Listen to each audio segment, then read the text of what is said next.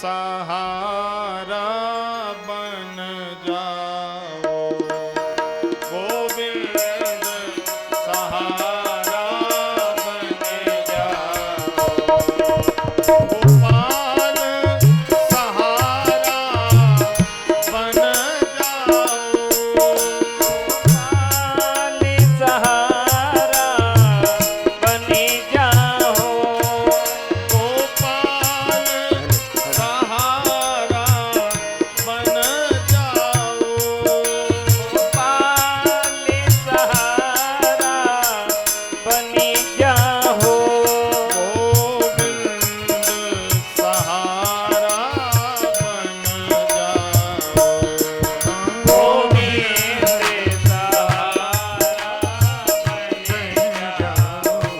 ताली बजाते हुए हरि बोल।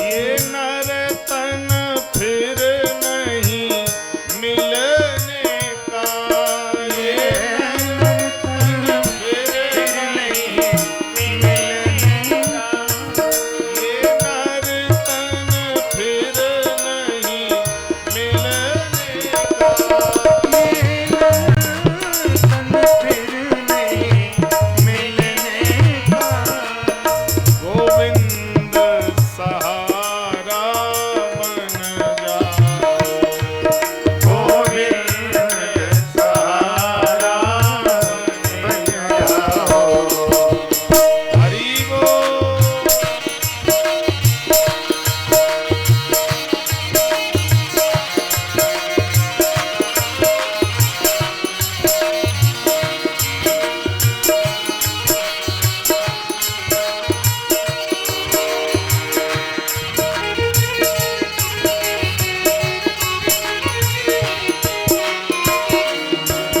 गोविंद सहारा बन जाओ, गोविंद सहारा बन जाओ, गोविंद सहारा बन जाओ, गोविंद सहारा बन जाओ, गोपाल सहारा बन जाओ, गोपाल सहारा बन जाओ, गोपाल सहारा बन जाओ, गोपाल सहारा बन जाओ। बोलिए सद्गुरुदेव भगवान की जय हो। भांति भांति भोग मिले, अंगहु आरोग्य मिले,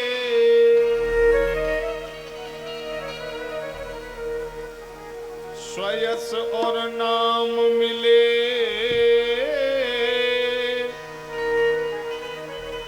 पूरन मन काम मिले,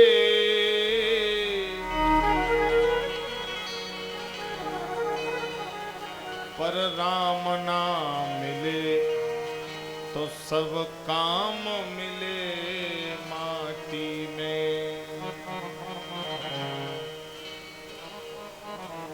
जीवन में मान मिल जाए, सम्मान मिल जाए, पद मिल जाए, वैभव मिल जाए, संपत्ति मिल जाए, यश मिल जाए, कीर्ति मिल जाए, और भगवान की भक्ति ना मिले तो सब काम मिले माटी में। सारे काम माटी में मिले के मिले रह गए। जीवन में सुलभ क्या है और दुर्लभ क्या है? सुलभ का अर्थ है जो सरलता से प्राप्त हो जाए, और दुर्लभ का अर्थ है जो कठिनाई से भी प्राप्त ना हो। तो जीवन में सुलभ क्या है? सुतदारा और लक्ष्मी, पापियों के घर होए, संत समागम हरि कथा, तुलसी दुर्लभ दोए।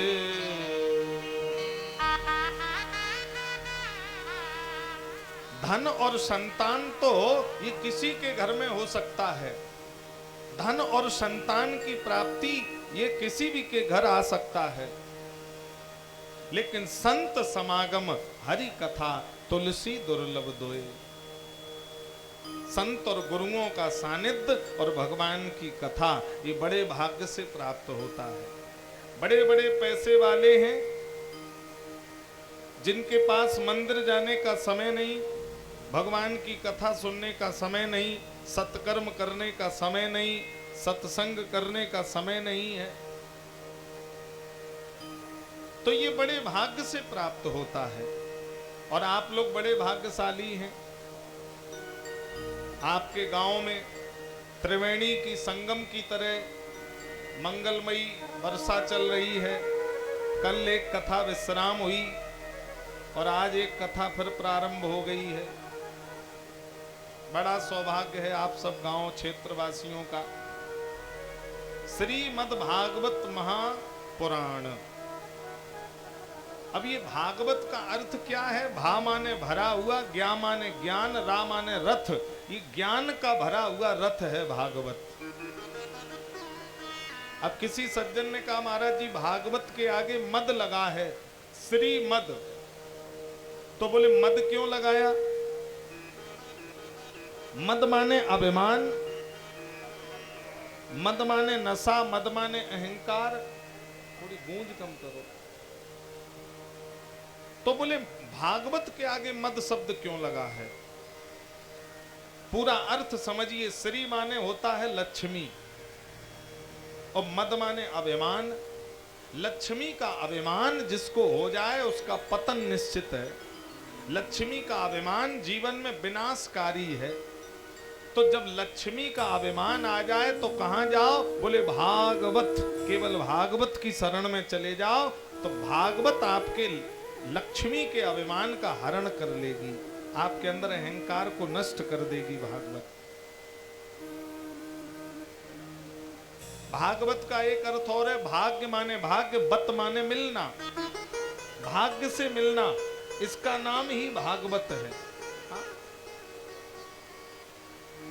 तो श्रीमद् भागवत में 12 स्कंद हैं, 335 अध्याय हैं, 18,000 श्लोक हैं। 335 अध्याय और 18,000 श्लोक श्रीमद् भागवत कथा में।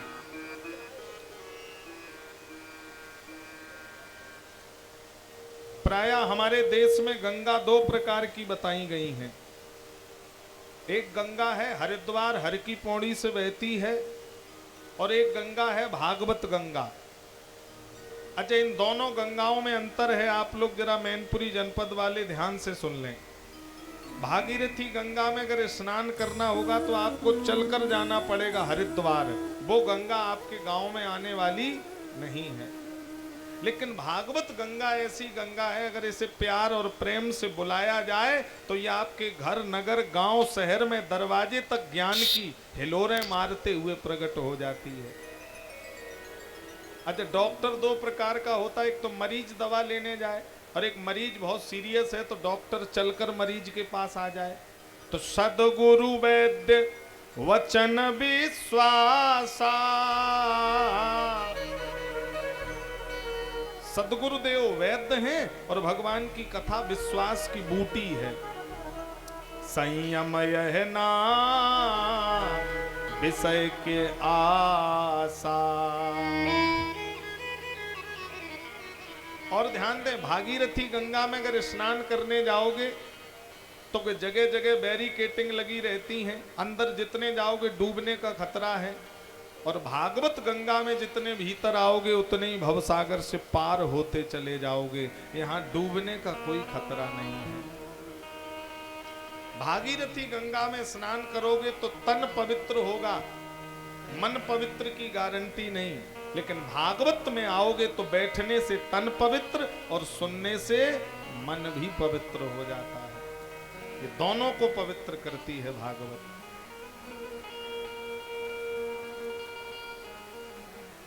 ये मानव तन बड़े भाग्य से मिला है, कल हो ना हो जिंदगानी का कोई भरोसा नहीं। उजाले अपनी यादों के हमारे साथ रहने दो, न जाने किस गली में जिंदगी की शाम हो जाए, कोई भरोसा नहीं है। ये बड़े भाग्य से मनुष्य तन मिला है।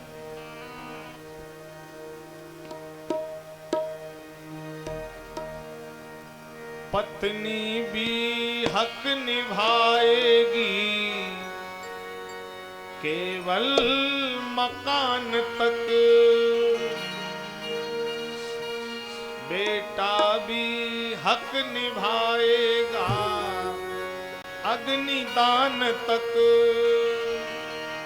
इससे तो आगे भजन ही है साथी, हरि के भजन बिन अकेला रहेगा। ये मन मुसाफिर निकलना पड़ेगा, खाली करना पड़ेगा। रे मन मुसाफिर निकलना पड़ेगा, काया कुटी खाली करना पड़ेगा। ये मन मुसाफिर निकलना पड़ेगा, ये काया कुटी खाली करना पड़ेगा। ताली बजाते हुए हरि बोल।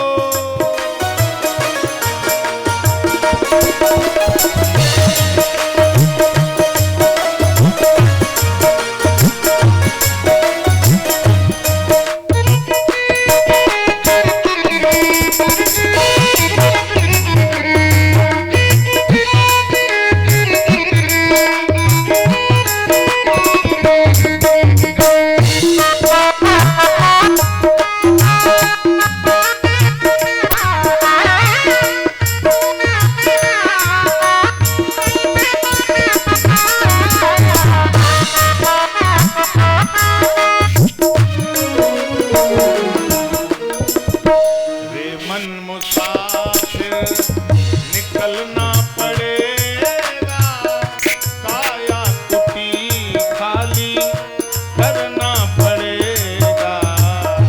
रे मन मुसाफिर निकलना पड़ेगा, काया कुटी खाली करना पड़ेगा। ये मन मुसाफिर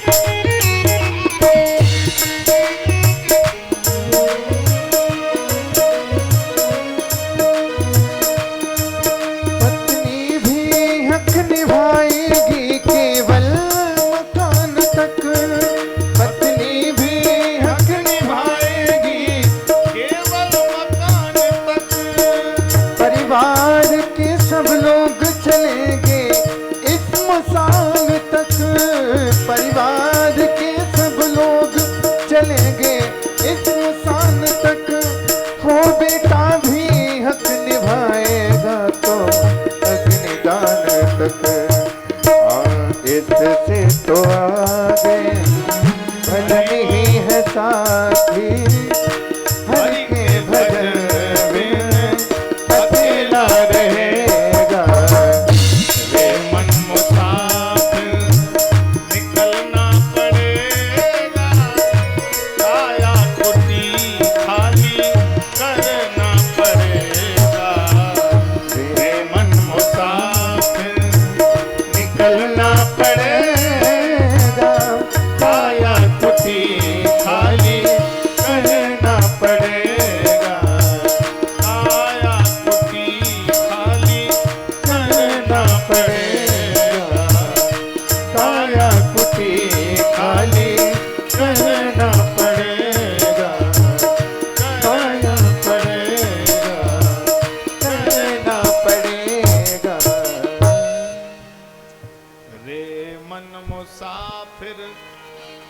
निकलना पड़ेगा, काया कुटी खाली करना पड़ेगा।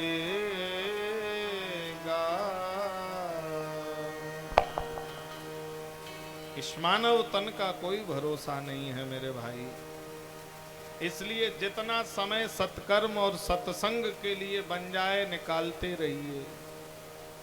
बड़े भाग्य मानुष तन पावा, सुर दुर्लभ सदग्रंथन गावा।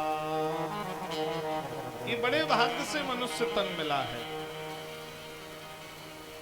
देवताओं को दुर्लभ शरीर है ये मनुष्य तन। एक महात्मा जी रेलगाड़ी में सफर कर रहे थे। स्टेशन पर खड़े रेलगाड़ी का इंतजार करने लगे। 2-4 भक्त शिष्य मिल गए, बातें करने लगे। अब रेलगाड़ी आने में 2 घंटा बाकी। अब जब गाड़ी आई तो जैसे तैसे गाड़ी पे सब चढ़ गए। अब कुर्सी का झगड़ा जगह जगह हो रहा है, बैठने के लिए झगड़ा चल रहा है। 4 घंटे का सफर पूरा हुआ। महात्मा जी स्टेशन पर उतरे। साथ में जो बच्चे बैठे थे वो बोले, महाराज जी हमने सुना कि संतों का सानिध्य मिल जाए तो जीवन बदल जाता है, लेकिन 4 घंटे आपके साथ हमने सफर तय किया, लेकिन आपने कोई ज्ञान उपदेश दिया ही नहीं। महात्मा बड़े सिद्ध कोटि के थे। महात्मा जी बोले, जीवन का कितना बड़ा संदेश तो ये रेलगाड़ी देकर चली गई। संसार को कितनी बड़ी सीख ये रेलगाड़ी देकर जा रही है। नरमाहिक खेल में मोही रहो, ट्रेन की यूं इंतजारी भई, और आई ट्रेन तो बैठन हेतु विनीत, मन में बड़ी बेकरारी भई। और बैठ गए तो जमींदारी भई, और आयो कोई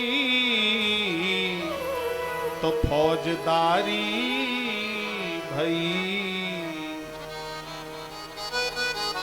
और सब दारी करा के ये अगारी भई, न हमारी भई न तुम्हारी भई।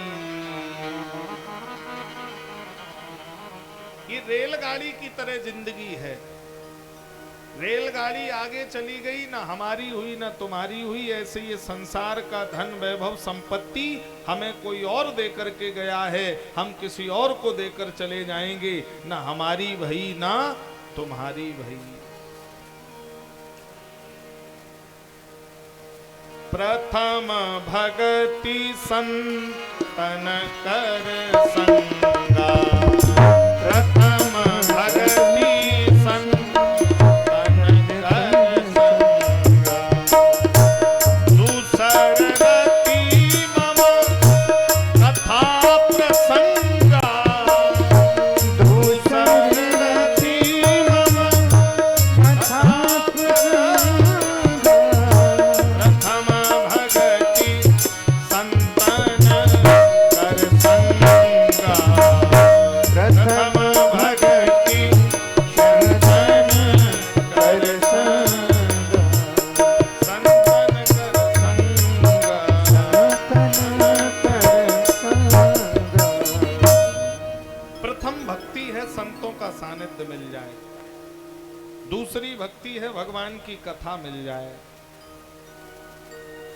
अब ये श्रीमद् भागवत महापुराण की जब कथा लिखी गई तो वेद व्यास जी ने किसी देवी देवता की स्तुति नहीं गाई है। इसमें श्री वेद व्यास जी ने भगवान कृष्ण जो परमात्मा के स्वरूप 16 कलाओं से युक्त होकर मथुरा में अवतार लेकर आए हैं, ऐसे भगवान कन्हैया के चरणों में हमारा बारंबार प्रणाम है। पहला श्लोक कौन सा है? सच्चिदानंद रूपाय विश्वोत्पत्त्यादि हेतवे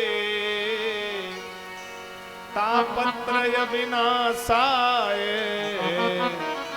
श्री कृष्णाय वयं नुमः। सच्चिदानंद रूपाय, रूपाय में चतुर्थी विभक्ति है और सच्चिदानंद का संध विच्छेद करिए तो कितने रूप बनेंगे परमात्मा के? सत धन चिद धन आनंद बराबर सच्चिदानंद। तो कितने रूप हुए? 3 रूप परमात्मा के हैं। सत स्वरूप से भगवान की कब स्तुति गाई गई?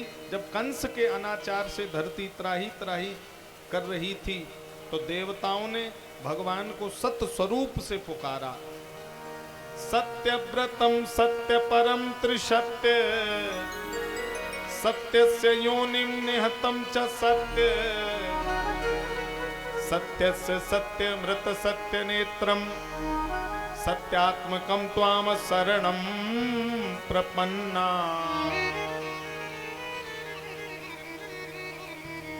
चिद, चिद किसे कहा जाता है? चिद ज्ञानी को, जिसे तत्व का दर्शन हो गया, जो तत्व का बोध कर चुका, ज्ञानी पुरुष चिद है।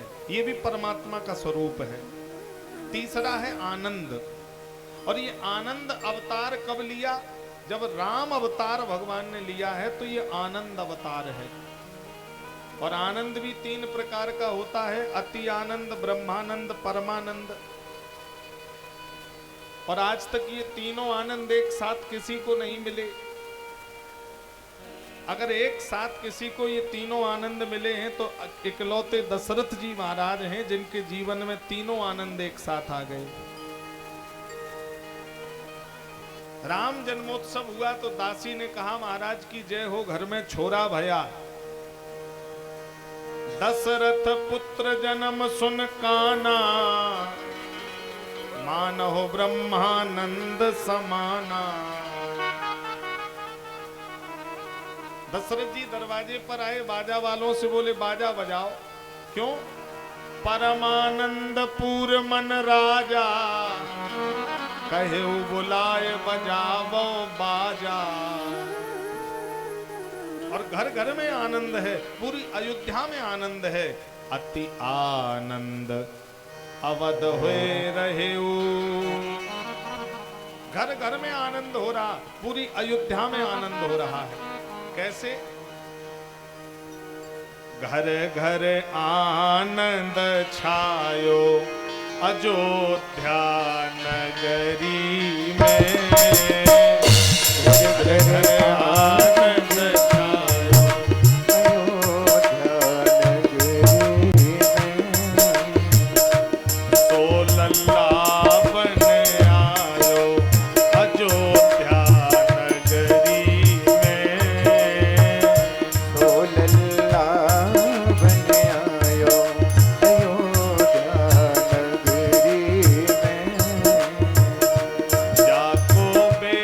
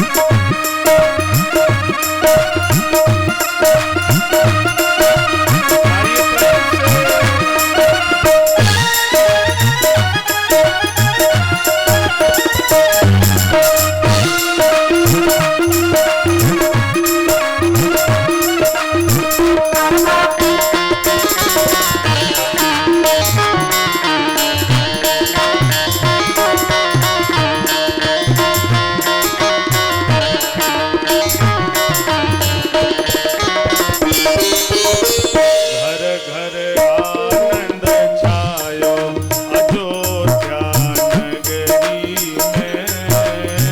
घर घर आनंद छायो अयोध्या नगरी में। सोलल्ला मन आयो अयोध्या नगरी में। सोलल्ला बन आयो अयोध्या नगरी में। अयोध्या नगरी में। अयोध्या नगरी में। अयोध्या नगरी में। अयोध्या नगरी में। तो परमात्मा के तीन रूप हैं, सत्य चिद आनंद। और परमात्मा के तीन कर्म हैं। कितने कर्म हैं? तीन। कौन कौन से? विश्वोदपत्यादि हेतवे, विश्व की उत्पत्ति, विश्व का पालन और विश्व का संहार। ये तीनों क्रिया किसके हाथ में है? परमात्मा के हाथ में। जन्मना, पालना और मारना। तो तीन रूप हैं और तीन कर्म हैं। तो तीन और तीन कितने हुए? बोलो भाई माता आप लोग, कितने हुए? 6 हुए। अच्छा, तीन ही गुण हैं परमात्मा में। तीन गुण कौन से हैं? विश्वोत्पत्त्यादि हेतवे तापत्रय विनाशाय। तीन तापों को भगवान नष्ट कर देते हैं जो भगवान की शरण में रहते हैं। जैसे आकाश की बिजली गिर जाना, सड़क पे किसी दुर्घटना में मृत्यु हो जाना, या बहुत तेज बुखार आए और हार्ट अटैक होके मर जाना। तो अकस्मात जो मृत्यु है भगवान की शरण में रहने वाले व्यक्ति को ये तीनों ताप उसके भगवान नष्ट कर देते हैं। दैहिक दैविक भौतिक तापा राम राज काहू नहीं व्यापा।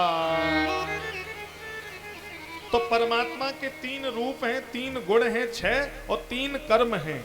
तो 6 और 3 कितने हुए? 9 हुए। ऐसे परमात्मा श्री कृष्ण जो 9 गुणों से लक्षित हैं और 16 कलाओं से युक्त हैं, ऐसे भगवान कन्हैया के चरणों में हमारा बारंबार प्रणाम है। श्री कृष्णाय वयम नुमाः। अच्छा, एक बात और आप लोग समझ लें, सालमपुर वाले, परमात्मा में कितने गुण हैं? 9 गुण हैं। अच्छा, 10 गुण क्यों नहीं हुए? 8 गुण क्यों नहीं हुए? 9 ही गुण भगवान के अंदर क्यों हैं? इसका भी बहुत बड़ा सिद्धांत है। 9 ब्रह्म अंक है। जब हम गाड़ी खरीदते हैं तो गाड़ी का नंबर ढूंढते हैं कि 9 मिल जाए। 9 जब कोई काम करते तो उसमें अंक 9 मिल जाए तो बोले 9 का अंक बहुत शुभ माना जाता है। 9 ब्रह्म अंक है। अच्छा, मैथ की भाषा थोड़ी आप समझ लें। मैथ में 1 से लेके 100 तक की संख्या होती है। कोई भी संख्या ऐसी नहीं है जो घटाने पे घटे ना, बढ़ाने पे बढ़े ना। लेकिन 9 एक ऐसी संख्या है, ना घटाने पे घट रही है ना बढ़ाने पे बढ़ रही है। अच्छा, 9 का पहाड़ा आप लोग पढ़ो जरा। 9 एकम 9, 9 दूनी 18। अच्छा, 18 में 8 और 1 को मिलाओ तो कितना हुआ? 9।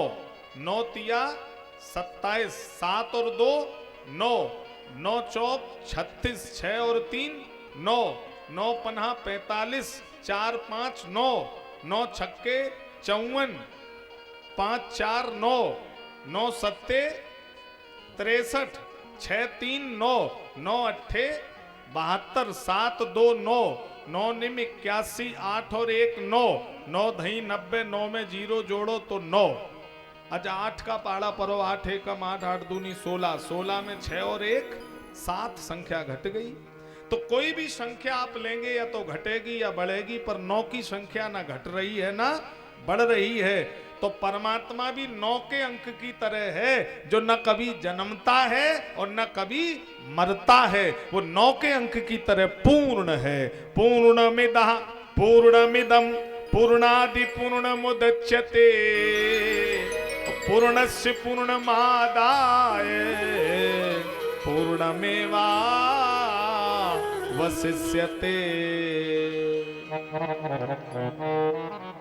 ऐसे भगवान श्री कृष्ण जो 16 कलाओं से युक्त हैं और 9 गुणों से लक्षित हैं, ऐसे भगवान कन्हैया के चरणों में हमारा बारंबार प्रणाम है। श्री कृष्णाय वयम नुमः। ऐसे भगवान की बार बार वंदना श्री व्यास जी कर रहे हैं। इसके बाद बताया ब्रह्मा जी के 4 मानस पुत्र हैं, सनक, सनंदन, सनातन, सनत कुमार। ये चारों महात्मा सत्संग कर रहे हैं और कथा मात्र का जीवनम, इनका जीवन ही कथा है, कथा के बिना नहीं रह पाते हैं। तो अब कथा रोज तो होती नहीं है, अब जिसका जीवन कथा हो तो वो रोज कथा कैसे सुने। तो चारों भाइयों का नियम है, 3 भैया श्रोता बन जाते हैं और 1 भैया कथा कहने लगता है। तीनों भाई सुनते हैं और 1 भाई सुनाने लगता है। एक दिन चारों भैया चतुर्मासा व्यतीत कर रहे थे बद्री नारायण धाम में। सामने से नारद जी निकले, बीणा बंद है, कंठ अवरुद्ध है। श्री नारद जी को देखकर महात्माओं ने कहा, आप उदास क्यों हो, कहां जा रहे हो, कहां से आ रहे हो। तो नारद जी ने कहा, अहम तू पृथ्वी आतो ज्ञात्वा सर्वोत्तमामिति। मैं अभी अभी पृथ्वी पर भ्रमण करके आया, मेरा मन दुखी हो गया। शनकादिक बोले, पृथ्वी पर पाप भी है, पुण्य भी है, रात भी दिन भी है, सत्य भी है, असत्य भी है, तो तुमने कोई गलत वस्तु देखी होगी। नारद जी बोले, मैंने गलत वस्तु नहीं देखी। हरिक्षेत्रम कुरुक्षेत्रम श्रीरंगम सेतु बंदनम एवमादिश तीर्थेषु ब्रह्ममाण इतस्तदा। मैंने पृथ्वी पर देखा। क्या देखा है नारद जी ने? सत्यम नास्ति, सत्य कहीं दिखाई नहीं दे रहा है। तपा शौचम, पवित्रता देखने को नहीं मिल रही है। दया दानम न विद्यते, दया दान कहीं दिखाई नहीं दे रहा है। उदरम भरणो जीवा, केवल और केवल आज का व्यक्ति उदर भरने में लगा है, पेट भरने में लगा है। चाहे चापलूसी करके भरे, चाहे अन्याय करके भरे, चाहे अनीति से भरे, केवल पेट भर जाए, आदमी को और किसी चीज से लेना देना नहीं है। पहले के लोग कहते थे कि समाज में जिसकी बात नहीं है वो मुर्दा है, और पुरखा कहते थे, बोले चाहे गर्दन कट जाए, अगर किसी को जवान दे दी तो फिर बात से पूर्वज मुकुरते नहीं थे। आज के आदमी का कोई भरोसा नहीं रहा, कुछ कहता है कुछ करता है, कोई ठिकाना आज के आदमी का नहीं रहा। रघुकुल रीत सदा चली आई, प्राण जाय बरु वचन न जाई। आज के लोगों का वचन जाए पर प्राण न जाई। बात झूठी हो जाए लेकिन हम जिंदा बने रहें, चाहे समाज में नाक कट जाए लेकिन हम जिंदा बने रहें। आज के व्यक्ति का कोई ठिकाना नहीं है। और इतना होता तो मान लेते, पवित्रता देखने को नहीं रही। अब भोजन बनाने में और भोजन करने में बहुत अशुद्धियां हो गई हैं। शादी विवाह में हम लोग जो भोजन खड़े होके करते हैं, ये पाश्चात्य सभ्यता का भोजन है, ये हमारा सनातनी भोजन नहीं है। अच्छा, खड़े होकर जो भोजन करते हैं शादी विवाह में, इसे क्या बोलते हैं जरा आप लोग बोलिए, क्या कहते, क्यों भाई लोग क्या बोलते हैं? कुफर सिस्टम। नहीं, आप लोग बफर बोलते होंगे, हम लोग तो कुफर सिस्टम बोलते हैं। जानवर की एक लिडौरी निश्चित होती है कि फला नांद में खाएगा, उसमें लाइन से रखी है, चाहे जिसमें लग जाओ। अच्छा और देखो ताज्जुब की बात, न जूते उतारने हैं न चप्पल उतारनी है, जैसे आए न हाथ धोने का कोई काम है, जैसे आए वैसे ही लग जाओ। अब बताओ ये कुफर सिस्टम है कि नहीं भाई? न जूता उतारना न चप्पल उतारना न हाथ धोना। हाँ अच्छा और देखो आप ताज्जुब की बात, बफर सिस्टम में कितनी भूख लगी हो, बफर सिस्टम में कभी पेट नहीं भरेगा। और हमारे पूर्वजों की परंपरा में जमीन पर पंगति, मिट्टी का कुल्हड़ और पत्ते की पत्तल, न भूख लगी हो तब भी खाने का मन करने लगता था। और जब एक पंगति उठ जाती थी तो दूसरी पंगति तब बैठाई जाती थी जब एक आदमी जल छिड़कता था और एक आदमी झाड़ू लगाता था। स्थान भी हमारे यहाँ पवित्र किया जाता था, तब दूसरी पंगति बैठाई जाती थी। तो इसीलिए पुरखा बात वाले होते थे, क्योंकि उनका भोजन शुद्ध था, पवित्र था, तो वो बात वाले होते थे। और बफर सिस्टम में कितनी अशुद्धि है। बर्तन धोने वाले को आप देखो तो वो प्लेट पानी में डुबो देता है और ऐसे ही निकाल के रखाता है, अगर उसमें हाथ लगाओ तो तमाम गंदगी लगी है। बड़ी व्यवस्था खराब है मेरे भाई। और शास्त्र कह रहा है भोजन बनाते समय भोजन बनाने वाली माता या बहन या पुरुष के मन में गलत विचार आ जाएं तो फिर वो भोजन अपवित्र हो जाता है। जो उस भोजन को करेगा उसकी बुद्धि बिगड़ेगी। बनाते समय अगर विचार गलत हो गए तो घर का भोजन अशुद्ध हो गया। इसलिए मैं माताओं से बार बार कहता हूं कि आप घर में जब भोजन बनाया करें तो भगवान का कीर्तन गाया करें, चौके में, किचन में थोड़ी देर भगवान का भजन बोला करें। और भगवान का भजन बोलोगे तो भोजन क्या बन जाएगा? प्रसाद बन जाएगा। और प्रसाद बिगड़े हुए की बुद्धि सुधारेगा, प्रसाद सबको सद्बुद्धि प्रदान करेगा। घर में जब भी भोजन बनाओ तो भजन गा के बनाओ, फिर देखो घर का वातावरण कैसा होता है। इसलिए भोजन बनाना और भोजन ग्रहण करना पवित्रता से बहुत ध्यान रखना चाहिए। दूसरी बात, हमारा शास्त्र कहते हैं कि जहां किचन है, जहां भोजन बनाया जाता है, वहां अन्नपूर्णा माता का वास होता है। हमारे यहाँ किचन को मंदिर बोला जाता है, अन्नपूर्ण गृह, अन्नपूर्णा विराजित है। अब ध्यान देना, शहरों में बड़ी व्यवस्था खराब है। शास्त्र कहते हैं जिस घर में बहू बेटी चप्पल पहनकर भोजन बनाती है उस घर में कभी शांति नहीं रहेगी, कभी लक्ष्मी वास नहीं करेगी। मैं नहीं कह रहा हूं, शास्त्र कह रहे हैं। अब तो हर घर में यही होता है, मैं देखता हूं। शहरों में तो बड़ा व्यवस्था गड़बड़, गांव में फिर भी लोग थोड़ा सी मर्यादा रखते हैं। गांव के चौकों में माताएं फिर भी थोड़ी स्वच्छता रखती हैं। तो किचन में पवित्रता से भोजन बनाना चाहिए। हाँ, तो ये बहुत जरूरी है जीवन के लिए। नारद जी बोले इतना होता तो मैं मान लेता। मैंने देखा तरुणी प्रभुता गेहे श्याल को बुद्धिदायका। घर में माता पिता की अब चलती नहीं है, तो घर में सलाहकार कौन है? श्याल को बुद्धिदायका। साले सलाहकार हो गए हैं, माता पिता को कोई पूछता नहीं, साले सलाहकार हैं।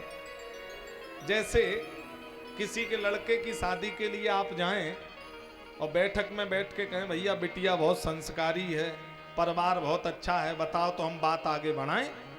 इतने में लड़के की मां भीतर से भागी और दरवाजा खोल के पति को आंखें दिखाई। वो बोली तुम बोल मत जाना, तुमको सौर ढंग तो है नहीं, हमने पहले ही कह दिया जब तक हमारा भैया नहीं आ जाएगा बात नहीं बनेगी। हाँ, हमने पहले ही कहा शादी की जो बात है वो हमारा भैया करेगा आके। और घर में बूढ़े माता पिता पड़े, उनसे कोई सलाह लेने वाला नहीं है। श्याल को बुद्धिदायका। अच्छा, साला अगर समझदार हो, होशियार हो तो सलाह ले लेनी चाहिए, तो कोई बुराई नहीं है। और साला सलाह देने लायक ना हो तब भी उसकी घर में चले तो फिर ऐसे घर का बंटाढार हो जाएगा। भाई अगर कोई अच्छी सलाह दे रहा तो मान लेनी चाहिए, तो कोई बुराई नहीं है। और जिसको सलाह देने का बिल्कुल ज्ञान नहीं है उसकी भी सलाह ली जाए तो काम बिगड़ जाता है। और नारद जी कह रहे फिर भी घर घर में कलेश फैला है। दंपति नाम चकल कनम पति पत्नी में कलेश मचा है, घर में झगड़ा फैला है। इतना होता तो मैं मान लेता। नारद जी बोले मैंने देखा, कन्या विक्रियणो लोभान, लोभ बस लोग बेटी को बेच देते हैं। अच्छा, लोभ बस लोग अगर गर्भ में बिटिया है और पता लग जाए तो माता पिता अस्पताल में उसको गर्भ में ही मरवा देते हैं, गर्भ को गिरा देते हैं। अगर पता लग जाए कि बिटिया है तो उसको कोख में गिरवा देते हैं लोग। नारद जी कह रहे हैं ब्रह्म हत्या से बड़ा कोई अपराध नहीं है, लेकिन ब्रह्म हत्या का दुगना पाप लगता है। जो पति जो पत्नी गर्भ में बेटी की हत्या करते हैं उनको दुगना गर्भ हत्या का पाप लगता है। यत पापम ब्रह्म हत्यायाम दुगड़म गर्भपातने, ऐसी स्त्री पुरुष घोर नरक में गामी बनेंगे। इसके बचने का कोई उपाय नहीं है मेरे भाई। जिस कन्या को हम नवरात्रि में देवी मान करके उसको जल पिलाते हैं, उसके पैर धोते हैं, जिस कन्या को हम देवी स्वरूप में पूजा करते हैं, लोभ बस लोग उसी बेटी को गर्भ में मार डालते हैं। जबकि कन्या भ्रूण हत्या कानूनी अपराध है, लेकिन चोरी छुपे लोग फिर भी भ्रूण हत्या करते हैं। और मैं बार बार कथाओं में कहता हूं कि हम 21वीं सदी में हैं। अब बेटा बेटी में कोई अंतर नहीं है, केवल बेटा बेटी को शिक्षा अच्छी दे दो, संस्कार अच्छे दे दो, तो आपकी बेटी भारत की राष्ट्रपति द्रौपदी मुर्मू बन सकती है। आपकी बेटी भारत की पूर्व प्रधानमंत्री इंदिरा गांधी बन सकती है। आपकी बेटी अंतरिक्ष यात्री कल्पना चावला सुनीता विलियम्स बन सकती है। आपकी बेटी आज हर विभाग में काम कर रही है, वो भी तो किसी घर में बिटिया बनकर पैदा हुई है। तो अच्छी शिक्षा और अच्छे संस्कार दे दीजिए, बेटा हो चाहे बेटी हो। और बिटिया में 3 शब्द हैं। बिटिया का 3 घरों से संबंध है। बिटिया 3 घरों को पवित्र करती है। बिटिया 3 कुलों को तारती है। बिटिया में 3 अवस्था हैं, नारी, कुंवारी और महातारी। जब बिटिया कुंवारी है तो लोग कहते कि बेटियां गांव में बहुत है, पर उनकी बिटिया जैसी हमने बिटिया नहीं देखी। उनकी बिटिया भैया गांव भरे में इतनी संस्कारी बिटिया, तो किसका नाम ऊंचा कर दिया? अपने पिता का नाम ऊंचा कर दिया। और जब कुंवारी से नारी बनी तो लोग कहते बहुएं बहुत हमने देखी, पर उनकी बहू जैसी बहू नहीं देखी। 10 साल हो गए, कब झगड़ा हुआ पड़ोसी सुन नहीं पाया। तो किसका नाम ऊंचा कर दिया? पति का नाम ऊंचा कर दिया। बचपन में पिता का, जवानी में पति का, और बुढ़ापे में वो कहते कि उन माताएं बहुत हैं, पर उनकी माता जी जैसी माता हमने नहीं देखी। बोले जब से वो खत्म हो गई, हम उस गली में जाना बंद हो गए। उस घर की शोभा तो उनके अम्मा से थी, उनकी अम्मा बहुत भक्त थी महाराज। तो किसका नाम ऊंचा कर दिया? पुत्र का। बचपन में पिता का, जवानी में पति का, बुढ़ापे में पुत्र का। बेटी 3 कुल तारती है।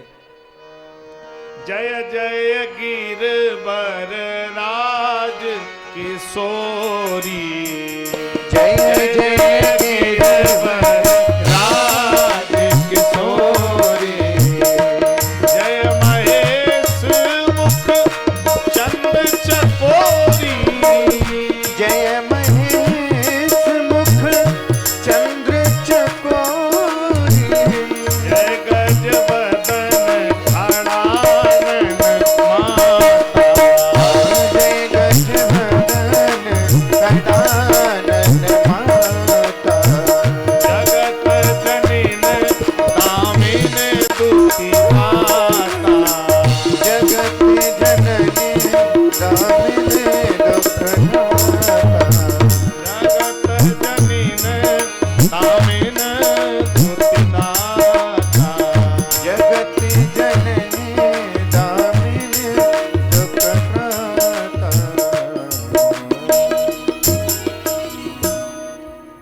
कन्या भ्रूण हत्या का सबसे बड़ा कारण है दहेज प्रथा। दहेज प्रथा हमारे समाज में अभिशाप है मेरे भाई। दहेज प्रथा के कारण घर में बेटी अच्छी नहीं लगती है। पिता सोचता है बिटिया पैदा हुई, अब 10 लाख कहां से लेकर आएंगे। दहेज प्रथा भी कानूनी अपराध है, लेकिन चोरी छुपे लोग करते हैं। मैंने तमाम परिवार ऐसे देखे हैं जिन्होंने लड़के की शादी में 50 लाख रुपया लिया, न बिटिया देखी न परिवार देखा, और 6 महीने नहीं हुए घर नरक बन गया। अब वो माता पिता रो रहे कि हाय महाराज जी, बहू रोटी नहीं देती है, घर में बड़ा दिक्कत हो गई। हमने कहा दहेज में 50 लाख मिला था।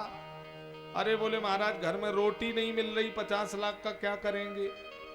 और कई परिवार हमने ऐसे देखे जिन्होंने पैसा नहीं मांगा, केवल बिटिया और परिवार देखा और संस्कारी बहू ले आए और बहू ने घर स्वर्ग बना दिया। तो वो कहते महाराज दहेज में 1 रुपया नहीं मिला पर बहू ने घर स्वर्ग बना दिया, हमसे बड़ा भाग्यशाली कोई नहीं।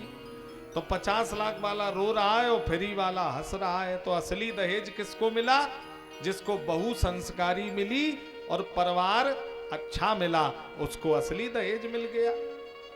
तो लड़का अगर आपका काबिल है तो बिन मांगे मोती मिले, मांगे मिले ना भीख, तो उसको बिना मांगे ही मिलेगा। तो जब भी लड़के की शादी करें तो सबसे पहले संस्कार देखें। बिटिया